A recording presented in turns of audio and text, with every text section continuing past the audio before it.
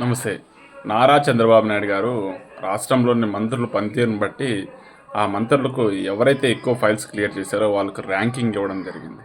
2014 ఎన్నికల తర్వాత కూడా చంద్రబాబు నాయుడు గారు ఇలాగే చేశారు. అయితే 2019 ఎన్నికల్లో ఎంతమంది మంత్రులు గెలిచారు?